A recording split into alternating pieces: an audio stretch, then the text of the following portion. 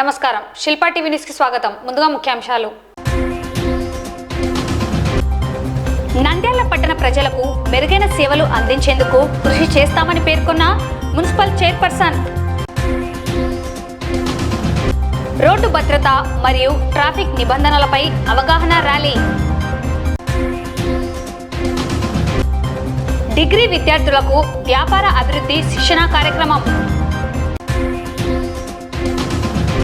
సన్న చిన్నకారు రైతులకు సబ్సిడీపై వ్యవసాయ యంత్ర పరికరాలు. టిట్కో గృహాలలో మౌలిక వసతులు కల్పించి లబ్ధిదారులకు అందించాలని డిమాండ్ చేసిన సిపిఐ నాయకులు.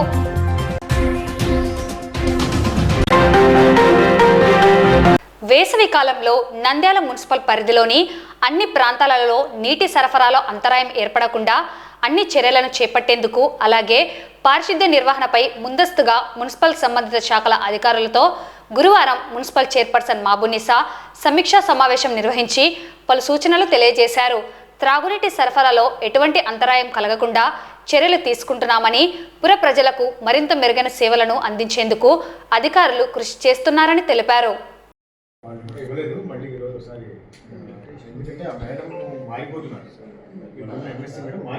చేయడానికి కోర్ట్ ఏం అబ్జెక్షన్ చేయదు కదా అనేది ఆయన పాయింట్.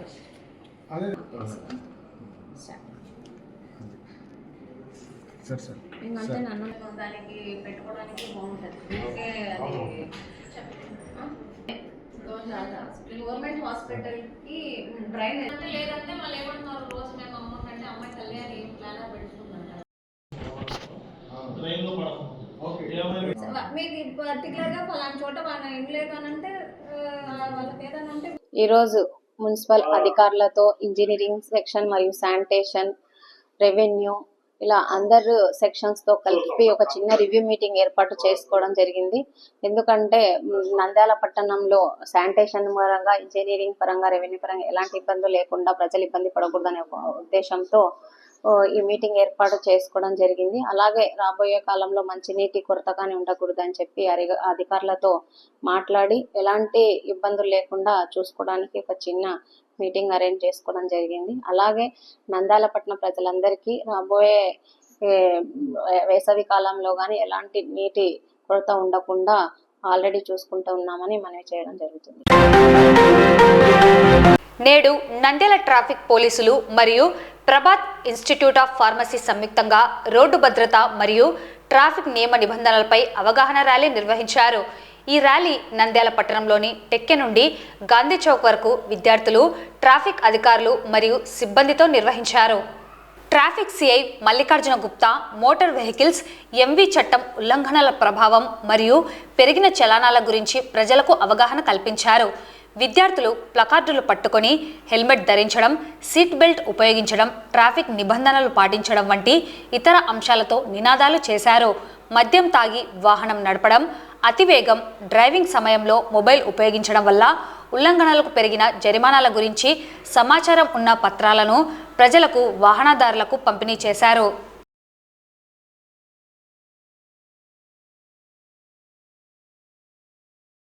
నంద్యాల టౌన్ లో ప్రభాత్ ఇన్స్టిట్యూట్ ఆఫ్ ఫార్మసీ వాళ్ళ సహకారంతో ఈ రోడ్ అవేర్నెస్ ర్యాలీ చేయడం జరుగుతా ఉంది.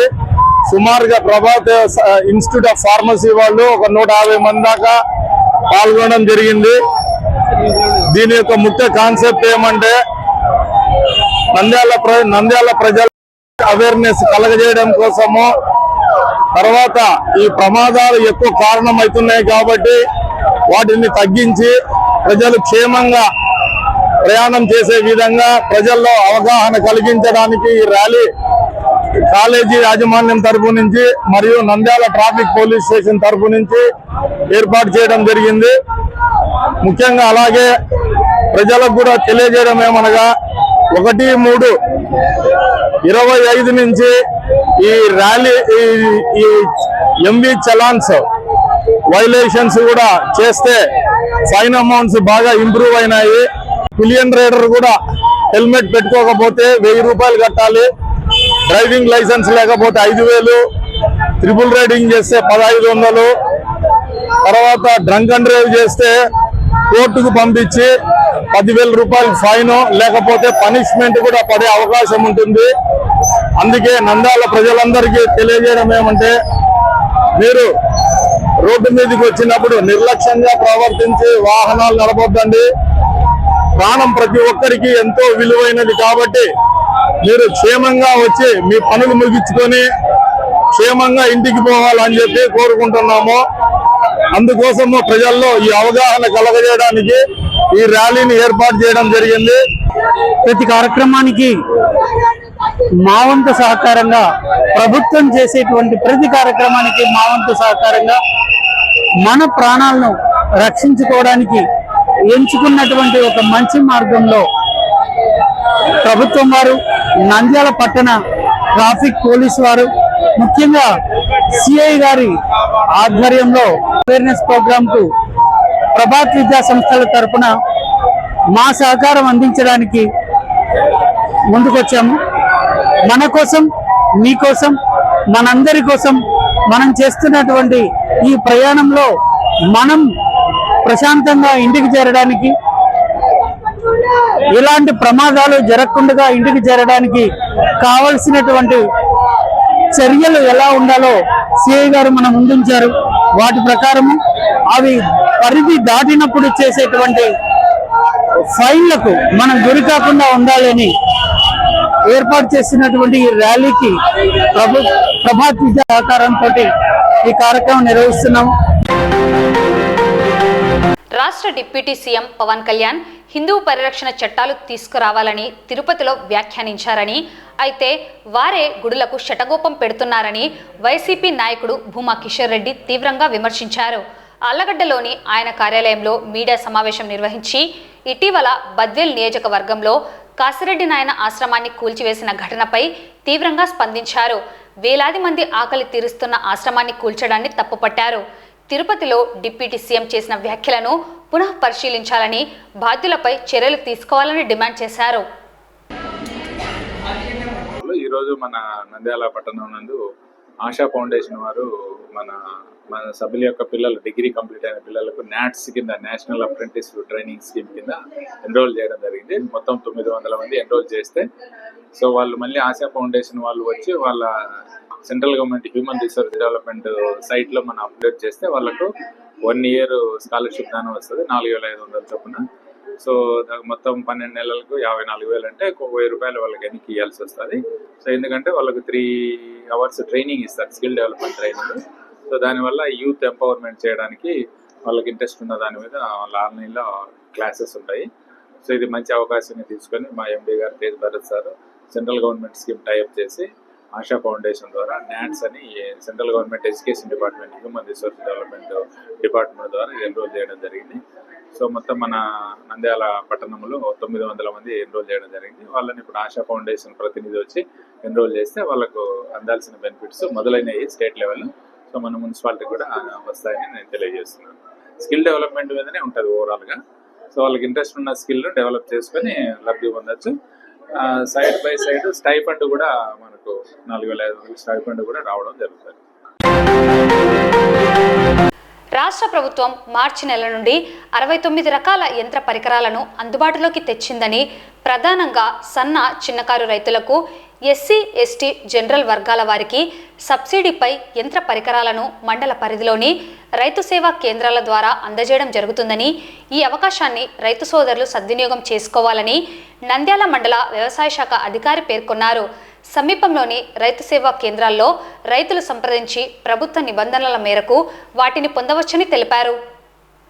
మనకు ఈ మార్చి నెలలో వ్యవసాయ యాంత్రీకరణ పథకం కింద నంద్యాల మండలానికి వివిధ రకాల వ్యవసాయ పరికరాలు ప్రభుత్వం ద్వారా అందుబాటులోకి తీసుకొని రావడం జరుగుతుంది. ఈ మన నంద్యాల మండలానికి సంబంధించి మనకు మొత్తం 69 రకాల వ్యవసాయ పరికరాలు మనకు టార్గెట్గా ఇవ్వడం జరిగింది. అందులో ముఖ్యంగా బ్యాటరీ స్ప్రేయర్లు ఒక 10, పవర్ స్ప్రేయర్లు 24, తర్వాత ట్రాక్టర్ స్ప్రేయర్ 1, తర్వాత ట్రాక్టర్ ద్వారా నడిచే పరికరాలు అంటే ట్రాక్టర్ రాన్ ఇంప్లిమెంట్స్ అంటారు, అవి ఒక 31, తర్వాత రోటోవేటర్ 1, తర్వాత పవర్ వీడర్ ఒకటి, తర్వాత పవర్ టిల్లర్ ఒకటి. ఇవన్నీ కలిపి 69 రకాల యంత్రాలు మనకు వ్యవసాయ యంత్రాల పథకం కింద నంద్యాల మండలానికి మంజూరు చేయడం జరిగింది. ఇందులో ఈ 69లో 12 ఎస్సీకి ఉన్నాయండి, ఒక 5 ఎస్టీకి, 52 జనరల్ కేటగిరీ కింద మనకు మంజూరు చేయడం జరిగింది. దీనికి ఈ సబ్సిడీ యంత్రాలను మనము వివిధ గ్రామాలకు మేము అలాట్ చేయడం జరుగుతుంది. దీనికి ఇప్పుడు మెయిన్గా క్రైటీరియా అంటే దీనికి నిబంధనలు ఏ విధంగా ఉన్నాయంటే, రైతు చిన్నకారు రైతులకు మనం ప్రాధాన్యత ఇవ్వడం జరుగుతుంది ఇందులో వ్యవసాయ పరికరాలు అలాట్ చేయడంలో. అదేవిధంగా గత 5 సంవత్సరాలలో వ్యవసాయ శాఖ ద్వారా ఎటువంటి పరికరం పొందని వాళ్లకు ప్రాధాన్యత ఇస్తాము. అదేవిధంగా పంట నమోదు గత 5 సంవత్సరాల నుంచి పంట నమోదు చేసుకునే రైతులకు ప్రాధాన్యత ఇవ్వడం జరుగుతుంది. అదేవిధంగా మన వ్యవసాయ శాఖ ద్వారా అమలవుతున్న పొలంబడి కార్యక్రమంలో రైతులుగా భాగస్వాములు అయితే వాళ్ళకు కానీ ప్రాధాన్యత ఇవ్వడం జరుగుతుంది. ఈ సబ్సిడీ విధానానికి వస్తే మ్యాక్సిమం 50% సబ్సిడీ ఉందండి యంత్రానికి. తర్వాత ప్రతి యంత్రానికి లిమిటేషన్ ఉంది, ఏది తక్కువైతే అది తీసుకోవడం జరుగుతుంది. అంటే ఉదాహరణకు మనకు పవర్ స్ప్రేయర్ ఉందనుకోండి, అది కొన్ని కంపెనీలను బట్టి తర్వాత కెపాసిటీని బట్టి అంటే 4,000 నుంచి 10,000 రూపాయల వరకు సబ్సిడీ ఉంటుంది. అంటే కొన్ని 16 లీటర్లు ఉంటాయి, 10 లీటర్లు ఉంటాయి, 20 లీటర్లు ఉంటాయి. అది మ్యాక్సిమం సబ్సిడీ 10,000 ఉంది.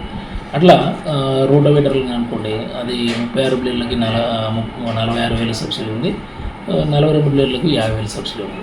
అట్లా ఏది మనకు తక్కువ అయితే అది 50% మ్యాక్సిమం ఉంటుంది. కానీ లిమిటేషన్ ప్రకారంగా ఒక్కొక్క యంత్రానికి ఎంత లిమిట్ ఉందో అంత లిమిట్ ప్రకారంగానే మనకు సబ్సిడీ వర్తింపజేయడం జరుగుతుంది.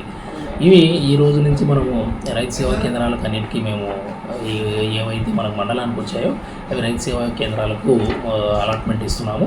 దాని రైతులు ఎవరికైతే అవసరం ఉందో వాళ్ళు సంబంధిత రైతు సేవా కేంద్రాల్లో రైతు సేవా కేంద్రానికి అలాట్మెంట్ ప్రకారంగా రైతు సేవా కేంద్రాన్ని సందర్శించి ఈ యంత్రాలు పొందగలరని తెలియజేస్తున్నాను. టిట్కో గృహాలలో మౌలిక వసతులు కల్పించి లబ్ధిదారులకు అందించాలని సిపిఐ నాయకులు జిల్లా కార్యదర్శి రంగనాయుడు, సహాయ కార్యదర్శి బాబా ఫక్రుద్దీన్, ఏఐటియుసి జిల్లా కార్యదర్శి సుంకయ్య, పట్టణ కార్యదర్శి ప్రసాద్, ఏఐవైఎఫ్ జిల్లా కార్యదర్శి నాగరాముడు, ఏఐటియుసి పట్టణ అధ్యక్షులు భూమని శ్రీనివాసులు ప్రభుత్వాన్ని డిమాండ్ చేశారు. ఈ మేరకు గురువారం నంద్యాల పట్టణంలోని ఎస్ఆర్బీసీలో ఉన్న టిట్కో గృహాలను సిపిఐ బృందం పరిశీలించడం జరిగింది. అనంతరం సిపిఐ జిల్లా కార్యదర్శి రంగనాయుడు మాట్లాడుతూ, నంద్యాల పట్టణంలోని ఐలూరుమెట్ట, ఎస్ఆర్బీసీ, వైఎస్ఆర్ నగర్లో 10,000 మందికి టిట్కో గృహాలు 90% పూర్తి చేసి 10% పూర్తి చేయక లబ్ధిదారులకు అందివ్వడంలో ప్రభుత్వం, మున్సిపల్ అధికారులు విఫలమైనారన్నారు. టిట్కో గృహాలు మొదలుపెట్టి 10 సంవత్సరాలైనా కూడా డీడీలు కట్టిన లబ్ధిదారులకు అందివ్వలేకపోయారన్నారు. ఒక ఎస్ఆర్బీసీలో 3,850 టిట్కో గృహాలు ఉంటే కేవలం 150 మంది మాత్రమే నివాసాలు ఉంటున్నారని, వారు కూడా రాత్రి అయితే బిక్కుబిక్కుమంటూ జీవిస్తున్నారని తెలిపారు. మౌలిక వసతులు కల్పించి డీడీలు కట్టిన ప్రతి లబ్ధిదారులకు అందివ్వాలని అన్నారు. ఈ కార్యక్రమంలో ఏఎస్ఎఫ్ జిల్లా ఉపాధ్యక్షులు ఎర్రిస్వామి, సిపిఐ నాయకులు సుబ్బరాయుడు, చాంద్ బాషా, సాలా మద్దిలేటి, మద్దయ్య, దానం తదితరులు పాల్గొన్నారు.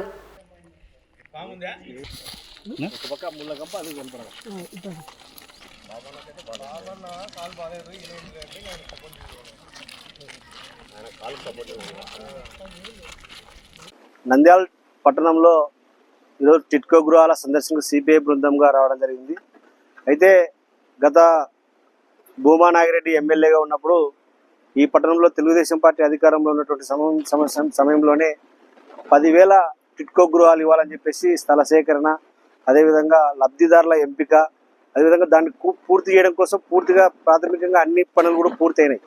అయితే చాలామంది లబ్ధిదారులకి టిట్కో గృహాలకు సంబంధించిన కాలంలో డీడీలు కట్టించుకొని ఆ డీడీలు కూడా అనేక లబ్ధిదారులను ఎంపిక చేసి ఆ డీడీల పేర్లు కూడా లిస్టు ఫైనల్ చేశారు. కానీ ఆ ఫైనల్లో లిస్ట్ చేసేటువంటి సమయంలోనే ఇక్కడ పూర్తి చాలా వరకు 80% బిల్డింగ్లన్నీ పూర్తయినాయి. అయితే ఆ వెంటనే గవర్నమెంట్ చేంజ్ కావడం, ప్రభుత్వం వైఎస్ఆర్ కాంగ్రెస్ పార్టీ ప్రభుత్వం రావడం, అయితే వైఎస్ఆర్ కాంగ్రెస్ పార్టీ అధికారంలో ఉన్న సమయంలో కూడా సిపిఐగా మేము ఆందోళన నిర్వహించాం. ఈ నంద్యాల పట్టణంలో కూడా పెద్ద ఎత్తున ఆందోళన చేస్తే కొద్ది మందికి మాత్రమే లబ్ధిదారులకు ఇచ్చారు. అయితే ఇప్పుడు తెలుగుదేశం పార్టీ గవర్నమెంట్ వచ్చి కూడా దాదాపు 9 నెలలు పూర్తి అవుతా ఉంది. మన భారతదేశంలో డాక్టర్ బిఆర్ అంబేద్కర్ ద్వారా సంక్రమించినటువంటి మన రాజ్యాంగ హక్కుల్లో భాగంగా ప్రధానంగా ప్రాథమిక హక్కులు కూడు గుడ్డ నీరు విద్యా వైద్యం ఇది ప్రభుత్వాలు ఉచితంగా ప్రజలకు అందించేటువంటి రాజ్యాంగంగా వచ్చినటువంటి హక్కులు. అందులో భాగంగానే భారతదేశంలో వివిధ స్మార్ట్ సిటీల పేరుతోన లేదా పట్టణ జనాభా పెరుగుతున్నటువంటి సందర్భంలో ప్రజల ఒత్తిడి మేరకు రాజ్యాంగం ఇచ్చినటువంటి హక్కులు కాపాడాలి, ప్రజలకు ఇవన్నీ సౌకర్యాలు కల్పించాలనే డిమాండ్ వచ్చింది. ఆ సందర్భంలోనే ఆ కేంద్ర ప్రభుత్వాలు ఈ ఏదైతే మున్సిపాలిటీలు కార్పొరేషన్లు ఏదైతే పెద్ద పెద్ద నగరాలు ఉంటాయో వాటిలో పెరిగిన జనాభాకు అనుగుణంగా ప్రభుత్వ స్థలాలు లేనటువంటి పరిస్థితుల్లోన ఈ స్థలాలు మరి లేవు కాబట్టి అంతమందికి అందించలేము కాబట్టి టిడ్కో గృహం పేరుతోన ఈరోజు 4-5 అంతస్తులు కట్టి వాళ్లకు కేంద్ర ప్రభుత్వమే మొత్తం బడ్జెట్ ఇచ్చి ఈ టిడ్కో గృహాలు ఆంధ్రప్రదేశ్లో ఇవ్వడం జరిగింది. అయితే ఈ ఆంధ్రప్రదేశ్లో అన్ని నగరాల్లో అన్ని మున్సిపాలిటీల్లో టిడ్కో గృహాలు కట్టారు. అతి మరి కోట్ల రూపాయలు ఈరోజు ప్రజల డబ్బులతోనే కట్టారు. ఆ డబ్బులన్నీ కూడా ఈరోజు మరి దుర్వినియోగమైనటువంటి పరిస్థితి ఈరోజు చూస్తా ఉన్నాం. టిడ్కో గృహాలు మన నంద్యాల పట్టణంలో జిల్లా కేంద్రంలో మరి దాదాపు 10,000 ఇండ్లు ఈరోజు టిడ్కో గృహాలు కట్టినారు. ఇవి నిరుపయోగంగా ఉన్నాయి, మనుషులు కాపురం చేయడం లేదు, మొత్తం అంతా ఇల్లు మొత్తం పాడైపోయినాయి. మొత్తం టిడ్కో గృహాల పక్కన కూడా ముళ్ళ కంపలు పెరిగి పాములు కాపురం చేస్తూ ఉన్నాయి. మనుషులకు ఉపయోగించడానికి ఈ రాష్ట్ర ప్రభుత్వాలు పాలకులకు బుద్ధి రావడం లేదు, ప్రజల సమస్యలంటే పట్టడం లేదు. వార్తలు ముగించే ముందు ముఖ్యాంశాలు మరోసారి. నంద్యాల పట్టణ ప్రజలకు మెరుగైన సేవలు అందించేందుకు కృషి చేస్తామని పేర్కొన్న మున్సిపల్ చైర్పర్సన్. రోడ్డు భద్రత మరియు ట్రాఫిక్ నిబంధనలపై అవగాహన ర్యాలీ. డిగ్రీ విద్యార్థులకు వ్యాపార అభివృద్ధి శిక్షణ కార్యక్రమం. సన్న చిన్నకారు రైతులకు సబ్సిడీపై వ్యవసాయ యంత్ర పరికరాలు. టిడ్కో గృహాలలో మౌలిక వసతులు కల్పించి లబ్ధిదారులకు అందించాలని డిమాండ్ చేసిన సిపిఐ నాయకులు. ఈ వార్తలు ఇంతటితో సమాప్తం. నమస్కారం.